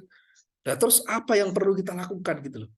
Caranya apa? Ya kembali lagi ke Allah. Jadi selalu seperti itu. Syukur kan kita bersyukur atas nikmat yang diberikan oleh Allah. Nah, tapi kita bisa bersyukur itu diberikan taufik oleh Allah. Nah, taufik itu nikmat yang baru. Nah, terus kapan? Padahal ada sebelumnya ada nikmat pertama. Kemudian kita merasa perlu bersyukur itu adalah nikmat kedua. Nah, terus kapan kita membayar syukur kepada nikmat pertama? Wong sebelum nikmat pertama dibayarkan itu turun lagi nikmat kedua. Itu hakikat itu, ilmu hakikat. Karena itu, nah terus itu bagaimana solusinya? Kan kita nggak akan pernah bisa bersyukur kalau begitu, karena syukur kita pun itu harus membutuhkan nikmat Allah, yaitu kita diberikan nikmat taufik itu. Nah, akhirnya Imam Ghazali mengatakan bahwasanya justru ketika kamu merasa kamu tidak bisa merasa bersyukur walaupun sudah bersyukur, itu hakikat. Karena hakikatnya yang bersyukur itu Allah, yang diberi syukur juga Allah. Li'annahu syakir wa huwal maskur. Li'annahu muthni wa huwal muthna alaihi. Itu ilmu hakikat kayak gitu. Ilmu hakikat di bab syukur atau di bab nanti bab syukur, bab tauhid, bab tawakal itu jadi ketika kita udah menyampai ke situ, kita udah Allah itu aja. Teorinya seperti itu ya, saya nggak tahu prakteknya bagaimana. Tapi kan paling jangan kita tahu ilmunya lah. Ilmunya penting ini. Ya itu. Berat sebenarnya.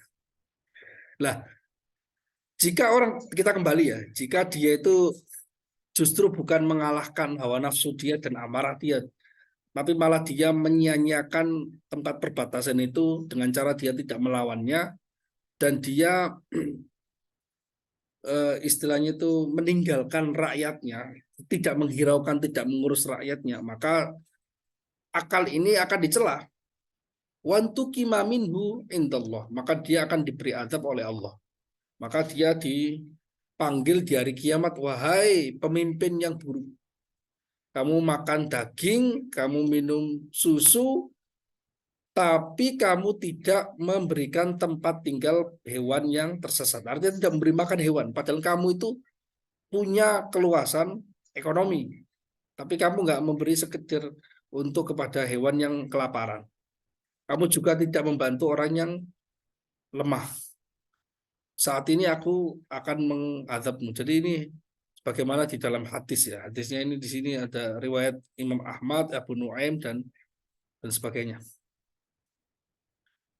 Nah, mujahadah memerangi hawa nafsu yang berupa syahwat dan ghadab ini adalah isyarat Rasul Shallallahu Alaihi Wasallam roja'na minal jihadil asghar ilal jihadil akbar.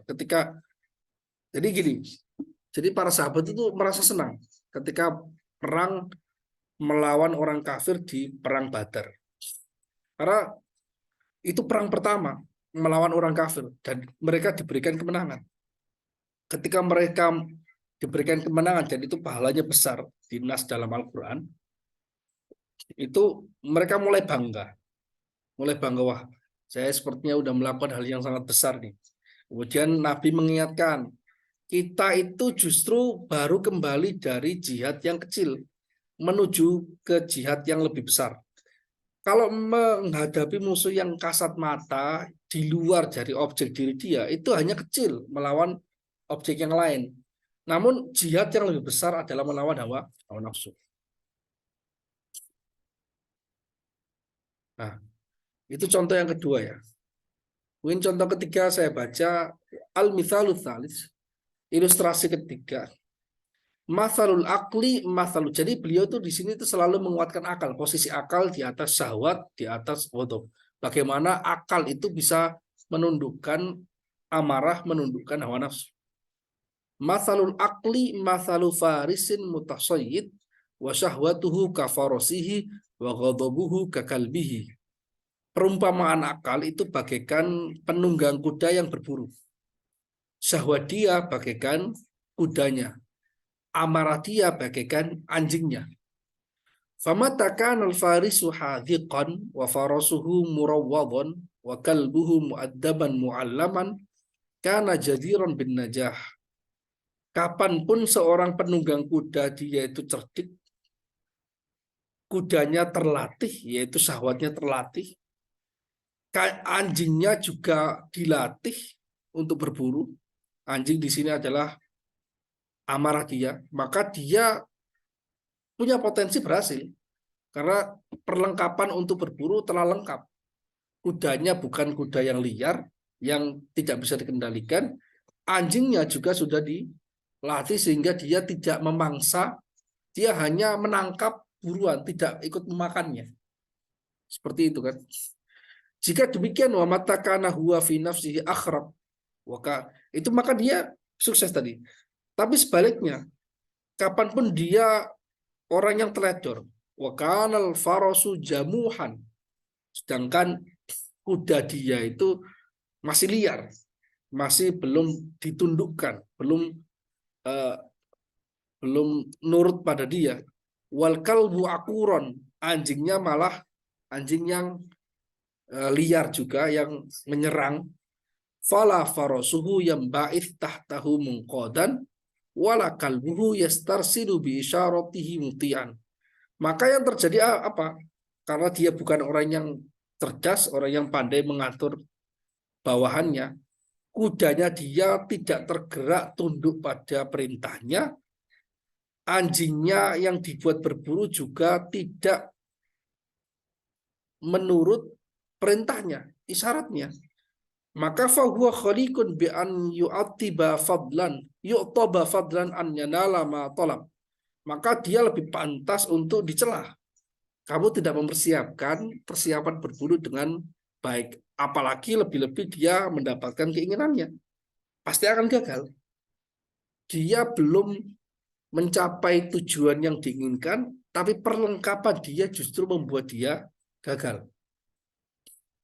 Wa innama kharqul farisi mithlu jahlil insan wa qillati hikmatihi wa kalali basiratihi.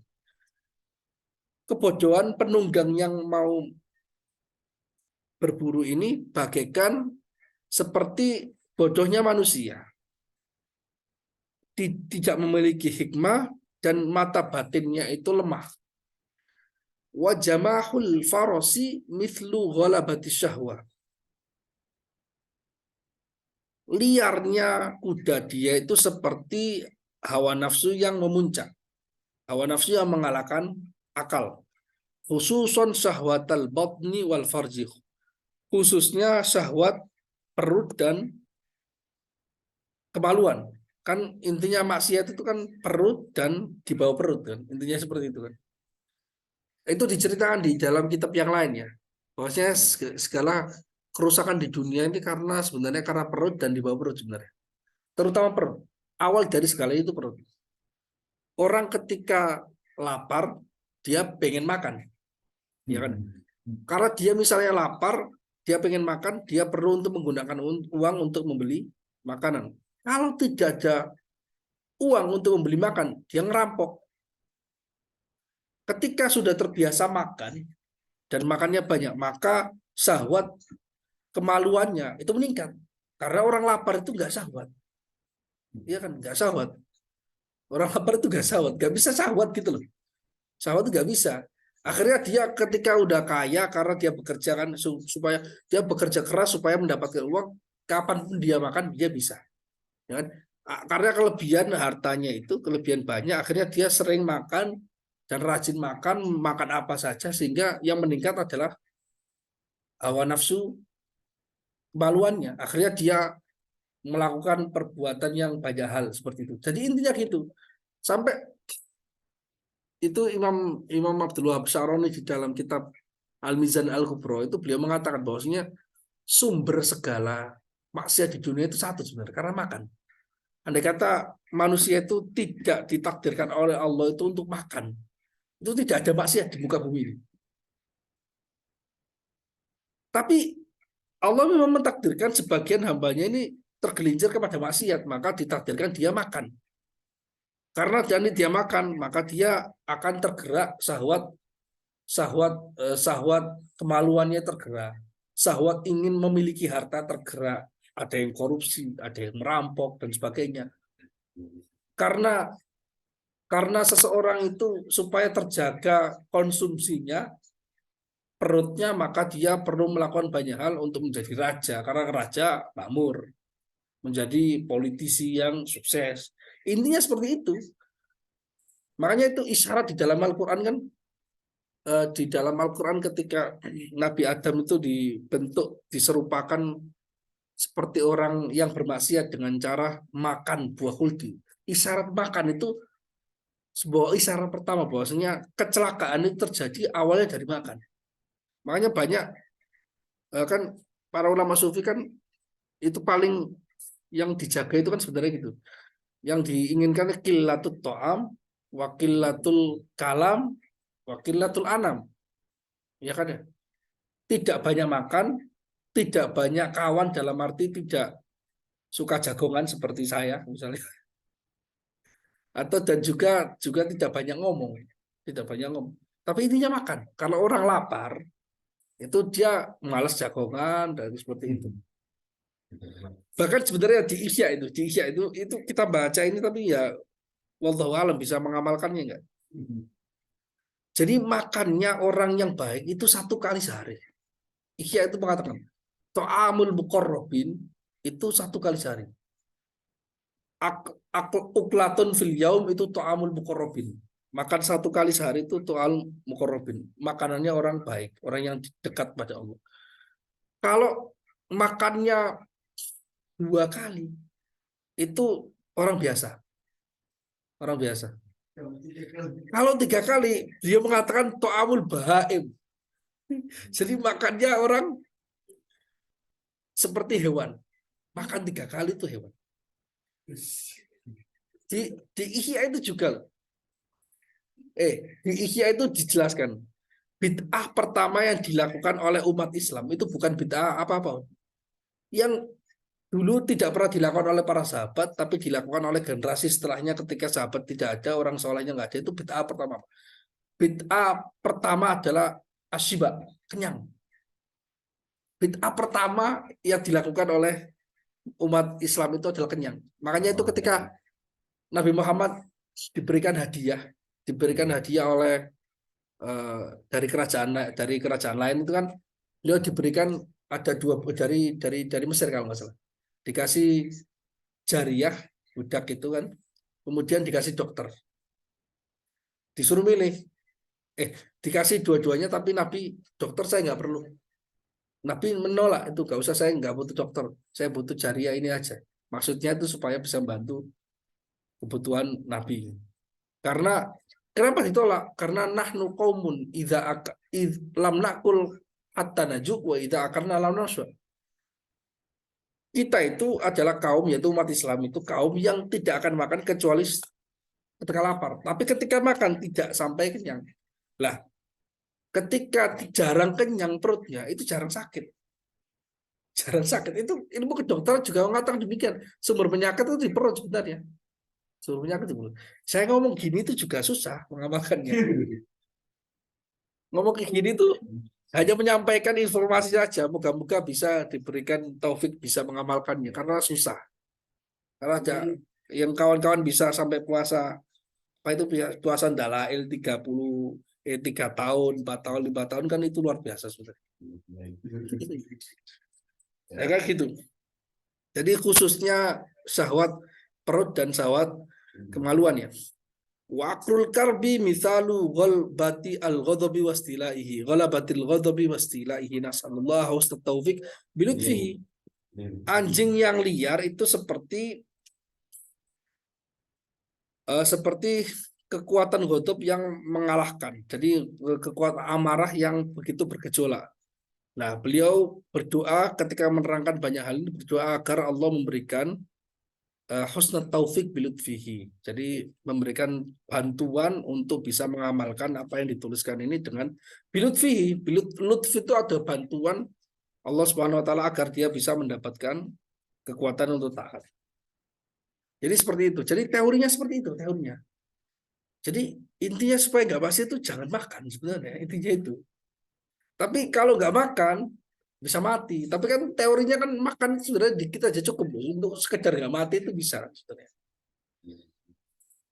Jadi di antara ciri orang di dalam hadis kan disebutkan kalau Muslim itu makannya dengan satu usus, tapi orang kafir makannya dengan satu lambung, satu usus ya. Kalau orang kafir itu makannya sampai 7 usus.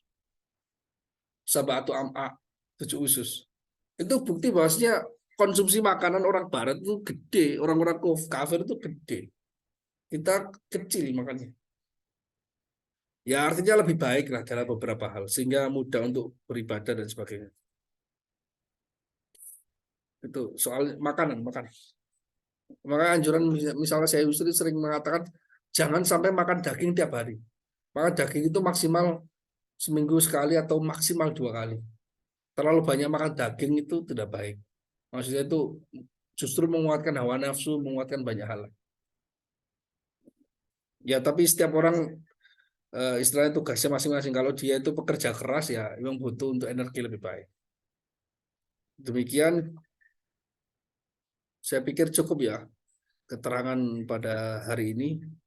Terima kasih. Wallahul muwaffiq ila aqwamit thoriq. Wassalamualaikum warahmatullahi wabarakatuh. Waalaikumsalam warahmatullahi wabarakatuh.